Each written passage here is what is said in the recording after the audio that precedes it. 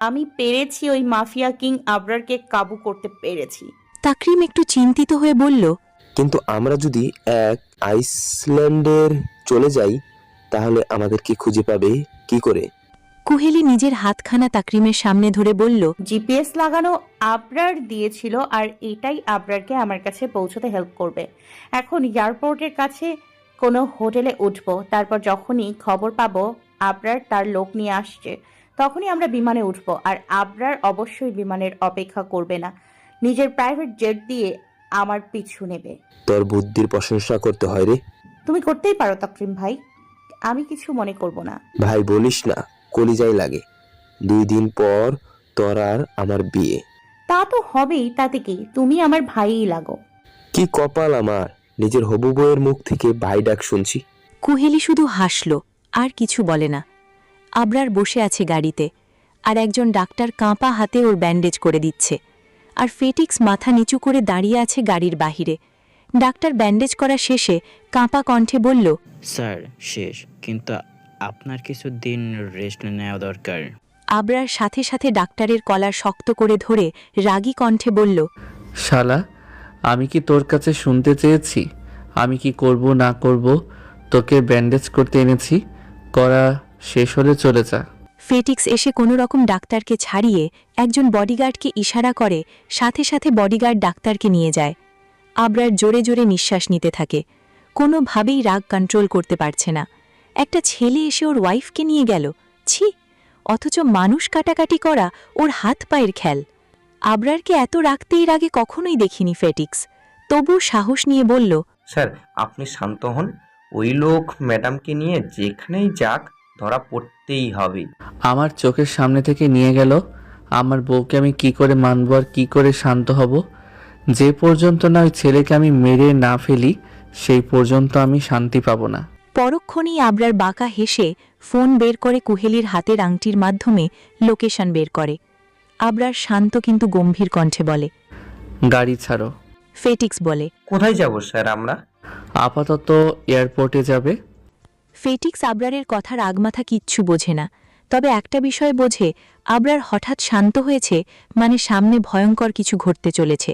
তবে আর কোনো প্রশ্ন করার সাহস পায় না। গাড়িতে উঠে স্টার্ট দেয় গাড়ি। আবরার বাঁকা হেসে ফিসফিসে বলে, আমার থেকে পালানোর জন্য তোমাকে শাস্তি পেতে হবে পাখি। এয়ারপোর্টের কাছেই ছোট্ট কিন্তু বিলাসবহুল একটা হোটেল বাইরের আলো আধারী শহরটাকে আড়াল করে রেখেছে, আর তার মাঝেই কুহেলি ও তাকরিমের গোপন আশ্রয়। ঘড়ির কাঁটা তখন বিকেল ছুঁই ছুঁই। কুহেলি সদ্য ওয়াশরুম থেকে বেরিয়ে এসেছে, চুলের ডগা ভেজা, মুখে এখনও পানির ফোঁটা ঝুলে আছে। কুহেলি ঠিক তখনই ফোনটা তুলে নিল। হালকা ভাইব্রেশনে কাঁপছিল ডিভাইসটা। স্ক্রিনে এক লাইন মেসেজ ভেসে উঠল, আবরার রওনা হয়েছে, আমাদের লোক ভিতরে সব ঠিক করে ফেলেছে। মেসেজটি পাঠিয়েছে সেই মানুষ যাকে কুহেলি অনেক আগে থেকেই আবরারের বডিগার্ডদের দলে ঢুকিয়ে রেখেছিল। কুহেলির ঠোঁটের কোণে এক বাঁকা আত্মবিশ্বাসী হাসি ফুটে উঠল, চোখে জ্বলে উঠল সেই পুরনো প্রতিশোধের আগুন। ধীরে ধীরে ফোনটা ব্যাগে রেখে সে দরজার দিকে এগিয়ে গেল। দরজার খুলে করিডোরে বেরিয়ে সে সোজা গিয়ে দাঁড়াল পাশের ঘরের সামনে, তাকরিমের রুম। দরজায় হালকা দুবার নক করতেই ভেতর থেকে তাকরিম দরজা খুলে দিল। তাকরিম তখন বিশ্রাম নিচ্ছিল, কিন্তু কুহেলির মুখের অভিব্যক্তি দেখেই বুঝে গেল কিছু একটা ঘটতে যাচ্ছে। কুহেলির কণ্ঠ দৃঢ়, তবুও তাতে চাপা উত্তেজনা। আমাদের এখনই এয়ারপোর্টে যেতে হবে, আবরার আসছে। তাকরিম চোখ তুলে তাকালো, মুখে এক শান্ত ভাব রেখে বলল, সব ঠিক আছে, আমাদের লোক সব করে দিয়েছে, তুমি শুধু আমাদের সাথে চলো। কুহেলি ধীরে মাথা নাড়ল। তার চোখে তখন কোনো দ্বিধা নেই, শুধু পরিকল্পনার ঠান্ডা নীল ছায়া। দুজন একসাথে বেরিয়ে গেল। করিডোরের আলো তাদের ছায়াকে লম্বা করে টেনে নিয়ে গেল দরজার দিকে। লিফটের দরজা বন্ধ হওয়ার আগে কুহেলি শেষবারের মতো পেছনে তাকালো, যেন কোনো পুরনো অধ্যায়ের দরজা চিরতরে বন্ধ করছে সে। লিফট নামতে শুরু করল। নিচে অপেক্ষা করছে কালো এসইউভি, আর দূরে আকাশে ওঠার প্রস্তুতি নিচ্ছে রাতের শেষ ফ্লাইট, যেখানে আবরার নামবে আর শুরু হবে নতুন এক খেলার পর্ব। রাত নামছে ধীরে ধীরে। আকাশের কালচে ছায়া যেন এয়ারপোর্টের কাঁচঘেরা দেয়ালের উপর ঘনিয়ে এসেছে। লাইটগুলোর আলোয় পুরো জায়গাটা এক অদ্ভুত নিস্তব্ধ উত্তেজনায় ভরা। আবরারের গাড়ি এয়ারপোর্টের কাছে এসে থামল। তার হাতে ধরা ফোনের স্ক্রিনে ভেসে উঠছে লোকেশন, ভেতরে এয়ারপোর্টের অভ্যন্তরে। আবরারের ঠোঁটের কোণে এক বাঁকা হাসি ফুটে উঠল, চোখের কোণে শিকারীর মতো এক ঝিলিক। নিচু গলায় বলল, দেখি পাখি, তুমি আসলে কত দূর উঠতে পারো। ড্রাইভারের আসনে পাশের সিটে ফিটিক্স তখন নিঃশব্দ। সে জানে আবরার এখন যেই অবস্থায় আছে তাকে কোনো প্রশ্ন করা মানেই ঝড় ডেকে আনা। আবরার জানালার বাইরে তাকালো একবার, তারপর গম্ভীর কণ্ঠে বলল, ফেটিক্স, প্রাইভেট জেটটা প্রস্তুত করো, আমরা ওখানেই যাচ্ছি। ফিটিক্স এক মুহূর্ত থমকে গেলেও কোনো প্রশ্ন করল না, গাড়ি থেকে নেমে গেল। দ্রুত ফোনে নির্দেশ পাঠালো সিকিউরিটি টিমের কাছে, জেট প্রস্তুত রাখতে হবে এখনই। কয়েক মিনিট পর ফিটিক্সের ফোনে ভেসে উঠল এক লাইন মেসেজ, সব রেডি স্যার। আবরার ফোনের স্ক্রিনে চোখ বুলিয়ে নিঃশব্দে হাসল, সেই হাসি যা কারো শরীরে হিম ধরিয়ে দিতে পারে, ঠান্ডা, হিসেবি আর তীব্র। আবরার আসতে যেন কেউ শুনছে না, তবু সে শুনে ফেলুক। পাখি, ভয়ঙ্কর কিছু অপেক্ষা করছে তোমার জন্য। এটাই রেইকিয়াভিক, যেখানে আমার সব শেষ করেছিল। এরিক আবরার খান আমার জীবন থেকে সব খুশি কেড়ে নিয়েছে। আমি ছাড়বো না ওই লোককে, জাস্ট নিজের হাতে খুন করব। তারপর আরেকবার দুজনে দুইজনের দিকে তাকিয়ে বাঁকা হেসে ধীরে ধীরে গির্জার সিঁড়ি বেয়ে উপরে উঠতে লাগল। আকাশে তখন হালকা আলোর রেখা ফুটে উঠছে, নতুন ভোরের। কিন্তু সেই আলোয় লুকিয়ে আছে এক অচেনা রহস্যের ছায়া। গির্জার ভিতর নিস্তব্ধতা ছড়িয়ে আছে, কেবল ফটোর আলো খোসকা করে দেয় দেওয়ালের ওপর। ধীর ভারী শ্বাসের শব্দ প্রতিধ্বনি করছে। কুহলি আর তাকরিম ধীরে ধীরে গির্জার কেন্দ্রে প্রবেশ করল। হাঁটতে হাঁটতে মনে হচ্ছে প্রতিটি পদক্ষেপ তাদের অন্তঃস্থলের প্রতিধ্বনি শোনাচ্ছে। হঠাৎ দুজনেই থমকে গেল। কিছুটা অন্ধকারের মধ্যে তাদের চোখের সামনে দাঁড়িয়ে আছে আবরার, লাল চোখের মণি দিয়ে তীক্ষ্ণভাবে তাকিয়ে আছে। ঠোঁটের কোণে সেই বাঁকা হাসি, যা দেখলে শীতল ঘামের মতো রক্ত গলতে শুরু করে। তার কণ্ঠ ধীর, গভীর আর ভয়ঙ্করভাবে শান্ত। ওয়েলকাম মাই স্কোয়াব আর আবর্জনা। কুহলি কাঁপল না, তবে চোখে আগুন। তাকরিমও কাঁপছে না, শুধু না জানার আতঙ্কে তার শরীর শক্ত হয়ে গেছে। আবরার ধীরে এগিয়ে আসে, তার চোখ দুটো নিখুঁত শিকারীর মতো ঝাঁপানোর জন্য প্রস্তুত। নিজের শীতল কণ্ঠে বলল, তোদের জন্যই অপেক্ষা করছিলাম। কত বড় কলিজা আছে, কত বড় তা দেখব নাকি? আমাকে গুলি করিস, তারপর আমার চোখের সামনে দিয়ে পালিয়ে আসিস, আমিও দেখব তোদের কত বড় কলিজা। কুহলি আর তাকরিম একে অপরের দিকে তাকালো। দুজনের বুকের ভেতর একই অনুভূতি, অবজ্ঞা আর উত্তেজনার অদ্ভুত মিশ্রণ। কুহলি ঠোঁটের এক কোণে হালকা হাসি ফোটালেও চোখে সেই কাঁপন আর রক্তের উত্তেজনা স্পষ্ট। তারপর কুহলি শীতল কণ্ঠে বলে, আপনি কি আমাকে শেষ করবেন মিস্টার এরিক আবরার খান? আমি আপনাকে শেষ করার জন্য এখানে এনেছি। আমি শুধু চাই আপনার জীবন নিতে, কারণ তাতেই আমার শান্তি। আপনার কাছে যাওয়ার মূল উদ্দেশ্য হলো এটা। আপনি কি আমাকে বোকা ভেবেছেন যে এই আংটি হাতে আমি এমনি এমনি রেখেছি? না, আপনাকে এত দূর আনার জন্য, কারণ আপনি আমার হাসি খুশি ফ্যামিলিটা শেষ করে দিয়েছেন, আমার খুশি কেড়ে নিয়েছেন, তাও এই গির্জা থেকে। তাই এই জায়গাটাই বেছে নিলাম আপনাকে শেষ করার জন্য। প্রস্তুত হন মিস্টার মাফিয়া কিং আবরার খান। কুহলির কথা শুনে আবরার বিস্মিত হয়ে বলে, মানে কে তোমার ফ্যামিলি, আর তুমি বা এই গির্জায় কি করছিলে? আর আমি কবে তোমার ফ্যামিলিকে মেরেছিলাম?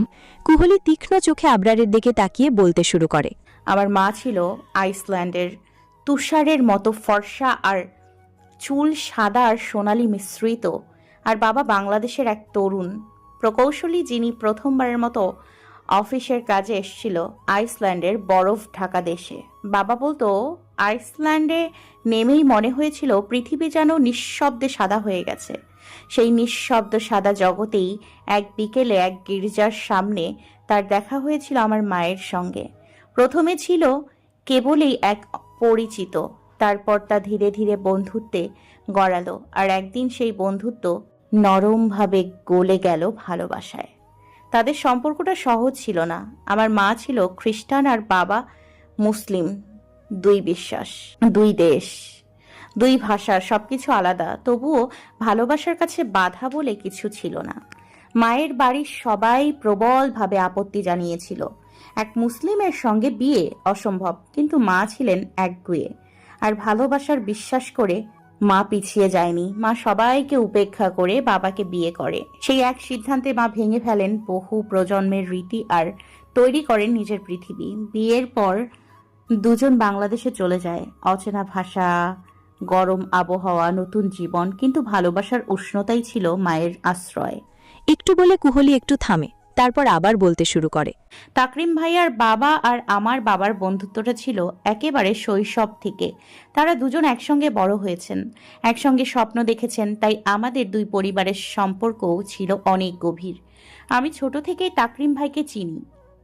আমাদের বাড়িতে তার আসা যাওয়া এতটাই স্বাভাবিক ছিল যেন ওরা পরিবারেরই একজন। আর আমাদের বিয়েটা ছোট থেকেই ঠিক হয়েছিল। 2 বছর আগে সেই ভ্রমণটা ছিল আমার জীবনের সবচেয়ে সুন্দর আর সবচেয়ে ভয়ঙ্কর মুহূর্ত। আমাদের পরিবার, আমি আর তাকরিম ভাইয়া সবাই মিলে এসেছিলাম আইসল্যান্ডে। দেশটা যেন রূপকথার মতো তুষারে মোড়া রাস্তা, সাদা আকাশ আর নরম নীল আলোয় ঝলমল শহর। সেদিন আমরা এই হাল গ্রিমস কিকরা গির্জায় বাবা আর মা ভেতরে এসেছিল কি কাজে যা আমাদেরকে স্পষ্ট করে বলেনি। আর আমি আর তাকরিম ভাইয়া বাইরে দাঁড়িয়ে চারপাশটা দেখছিলাম। গির্জার ঘন্টা বেজে উঠছিল ধীরে ধীরে। আমি মুগ্ধ হয়ে সেই শব্দ শুনছিলাম। হঠাৎ করে একটা তীব্র বিস্ফোরণের শব্দ কানে এলো। মুহূর্তেই সবকিছু যেন থমকে গেল। আকাশের রং বদলে গেল, ধুলো আর ধোঁয়ায় ঢেকে গেল চারিদিক। আমি চিৎকার করে তাকরিম ভাইয়ের দিকে ফিরলাম। তার মুখে আতঙ্ক আর চোখে অসহায়তা। আমরা দুজন পাগলের মতো দৌড়ে এসেছিলাম গির্জার দিকে। চারিদিকে শুধু ধোঁয়া, আগুন আর চিৎকার। আমি মাকে খুঁজে ডাকতে লাগলাম, মা, বাবা, কিন্তু কোনো উত্তর আসেনি। ভাঙা কাছের টুকরোয়, ধোঁয়ায় আর পুড়ে যাওয়া কাঠের গন্ধে আমি তখন বুঝতে পারলাম আমার মা বাবা আর নেই। আমি চিৎকার করে কেঁদেছিলাম। তাকরিম ভাইয়াকে জড়িয়ে ধরেছিল। তাকরিম ভাইয়া আমাকে জড়িয়ে ধরেছিল, কিন্তু তাতে কিছুই থামেনি। আমার পৃথিবী তখন ধ্বংস হয়ে গেছে। সেই মুহূর্তে আমি শুনেছিলাম এক ভয়ঙ্কর সত্য। লোকেরা বলছিল এই বিস্ফোরণ নাকি কোনো দুর্ঘটনা নয়, একজন মানুষের জন্য করা হয়েছে, একজন শত্রুর উদ্দেশ্যে। আর তারা কি নাম বলেছিল জানেন? এরিক আবরার খান। সেদিন প্রতিজ্ঞা করি, আপনাকে যেদিন আমি মারতে পারবো ওই দিন আমি শান্তি পাবো। তারপর থেকে আপনার ব্যাপারে তথ্য জোগাড় করতে থাকি। আর ওই দিন ইচ্ছে করে আমি ক্লাবে গিয়েছিলাম, কারণ আমি আগে থেকেই জানতাম আপনি ক্লাবে যাবেন। আমি মনে মনে এটাই চাচ্ছিলাম যেন আপনি আমাকে চয়েস করেন, তাই করেছেন। আবরার এতক্ষণ সব কথা শুনল, বাট লাস্টের কথার জন্য প্রস্তুত ছিল না। ভীষণ হাসি পেল, তবুও হাসল না। গম্ভীর মুখে বলল, আমার নাম শুনেই মনে করলে আমি বোম মেরেছি এখানে? আপনি না মারলে কেন আপনার নাম মানুষ বলবে? চলো বউ, বাড়ি যাই, তোমার শাস্তি এখনো বাকি।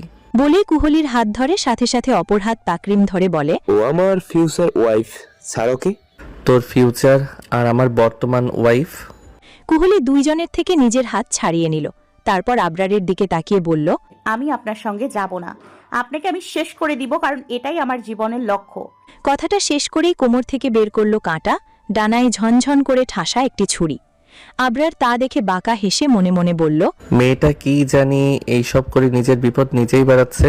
কুহলি ছুরিখানা যখনই আবরারের পেটে ঢুকাবে, ঠিক তখনই আবরার ওর হাত ধরে পেছন দিক থেকে মুচড়ে ধরল। একটি নীরব পুঙ্খানুপুঙ্খ গতিতে ঠিক তখনই তাকরিম এগিয়ে আসতে নিলে আবরার ফেইটিক্স বলে চিৎকার দেয়। সাথে সাথে ফেইটিক্স সহ 10 জন বডিগার্ড গির্জার ভিতরে আসে। আবরার রাগী কণ্ঠে বলে, শালারে বেঁধে ফেল। আবরারের আদেশ দিতে দেরি হয়, কিন্তু তা পালন করতে দেরি হয় না। দুজন বডিগার্ড, কালো পোশাক, গলার কাছে মোটা রেডিও, চোখে গাঢ় লেন্স। এক নিমেষে তারা তাকরিমের 2 দিক থেকে ঝাঁপিয়ে পড়ল। সে বুঝে ওঠার আগেই হাত দুটো পিছনে মুচড়ে ধরা পড়ল। কাঁধের পেশিতে টান পড়ে মুখ দিয়ে হালকা একটা আর্তনাদ বেরিয়ে এলো। স্যার, আবরার, এটা কি করছিস তুই? তাকরিম গর্জে উঠল, কিন্তু সেই গর্জন গির্জার গম্বুজে গিয়ে নিঃশেষ হয়ে গেল। বডিগার্ডরা পাথরের একটা পিলারের সাথে তাকরিমকে ঠেলে দিল। হাত পা শক্ত করে দড়ি দিয়ে বেঁধে দিল। খসখসে রশির শব্দ ছড়িয়ে পড়ল গির্জার নিস্তব্ধতায়। প্রতিটা গিটে যেন প্রতিশোধের সুর। কুহলি স্তব্ধ হয়ে দাঁড়িয়ে রইল, চোখ দুটো স্থির, ঠোঁট কাঁপছে। আবরার, থামুন প্লিজ, এটা ঠিক হচ্ছে না। আবরারের চোখে অদ্ভুত এক স্থির আগুন জ্বলছিল।